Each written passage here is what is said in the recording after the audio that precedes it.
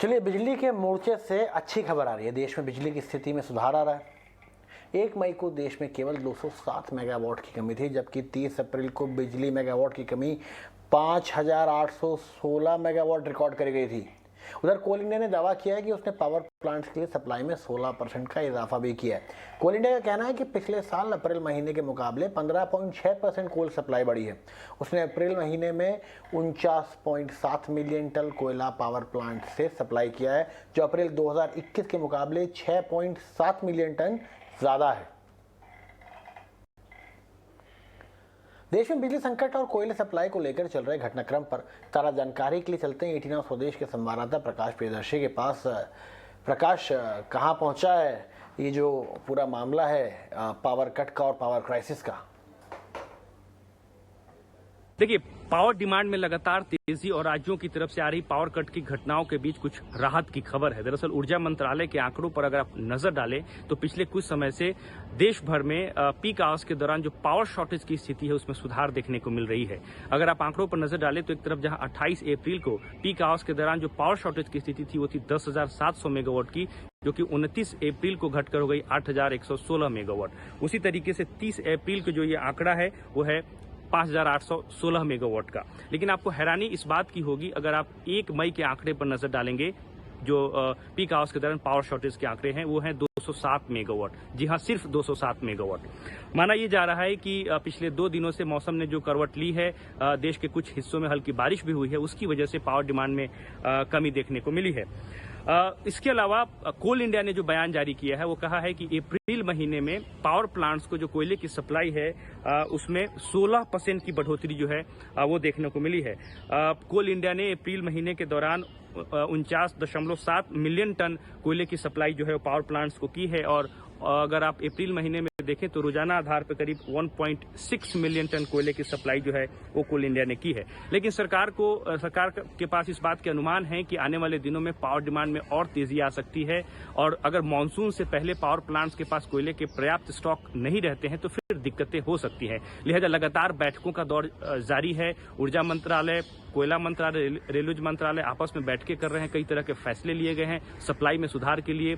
गृह मंत्रालय के लेवल पे भी कई दौर की बैठकें हुई हैं, और उम्मीद ये की जा रही है कि आने वाले कुछ दिनों में सप्लाई में तेजी आएगी और फिर पावर प्लांट्स के पास कोयले की पर्याप्त स्टॉक होंगे, जिससे कि जो पावर संकट की स्थिति बनती हुई दिख रही है उसको दूर किया जा सकेगा।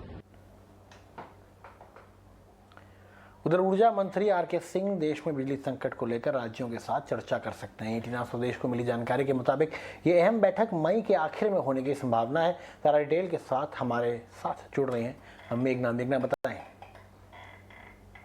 जी, जैसा कि हम ऑलरेडी देख रहे हैं, पावर क्राइसिस जो चल रही है उसके लिए रेगुलरली मीटिंग्स हो रही हैं। कोल मिनिस्ट्री, रेलवे मिनिस्ट्री और पावर मिनिस्ट्री में सब अपनी अपनी जगह इस शॉर्टफॉल को मीट करने के लिए ट्राई कर रहे हैं। तो जो अब हमारे सूत्र बता रहे हैं कि पावर मिनिस्टर आर.के. सिंह खुद एक मीटिंग ले सकते हैं इस मंथ के एंड की तरफ सारे स्टेट्स के साथ, जो कि सारे स्टेट के जो पावर मिनिस्टर्स हैं वो इस मीटिंग को अटेंड करेंगे।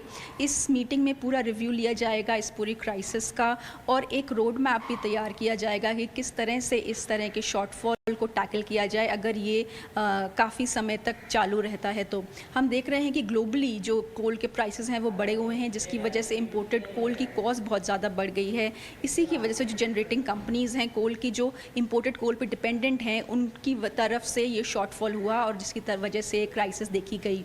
हम ये भी जानते हैं कि पावर मिनिस्ट्री ने पहले एक एडवाइजरी इशू करी थी जिसमें ये बोला गया था स्टेट्स को कि वो जो जनरेटिंग कंपनीज़ हैं अपने 10% ऑफ जो उनकी रिक्वायरमेंट है कोल का वो इंपोर्ट करें, और वो जो इंक्रीज कॉस्ट है वो कंज्यूमर्स को पास ऑन कर सकते हैं। यही देखते हुए जो जनरेटिंग कंपनीज़ हैं एनटीपीसी जैसे कि उन्होंने ग्लोबल टेंडर्स ऑलरेडी इशू कर दिए हैं कोल इंपोर्ट करने के लिए। हम ये भी देख रहे हैं कि रेलवेज़ ने जो रेक्स हैं वो कोल के डिप्लॉयमेंट के लिए वो बढ़ाई हैं, और जो CIL है उसने जो प्रोडक्शन इंक्रीज़ कर दी है कोल की एटलीस्ट 90% तक अपनी प्रोडक्शन इंक्रीज़ कर दी है। तो ये सारे स्टेप्स देखते हुए और इस मीटिंग जो इस मंथ के एंड में होने वाली है, जो आर.के. सिंह जो चेयर करेंगे, जो रिव्यू लेंगे, तो उसको देखते हुए ये जो पूरा पावर क्राइसिस है उसको बेटर हैंडल करने की पोजीशन में गवर्नमेंट होगी। चलिए बात कर लेते हैं प्रधानमंत्री मोदी के 3 दिनों के यूरोप दौरे की। आज पहला दिन है दौरे का। दौरे के पहले दिन में पीएम मोदी आज जर्मनी पहुंचे। इस दौरान बर्लिन में पीएम मोदी का शानदार स्वागत किया गया। पीएम मोदी ने जर्मनी के चांसलर ओलाफ शॉल्ज से